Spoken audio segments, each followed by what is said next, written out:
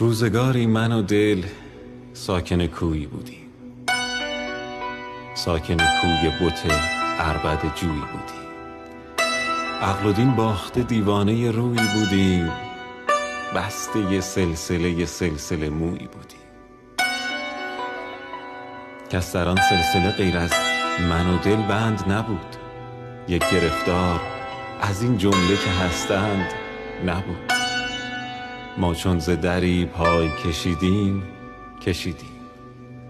امید ز هر کس که بریدیم بریدیم. دل نیست کبوتر که چو برخاست نشیند، از گوشه بامی که پریدیم پریدیم.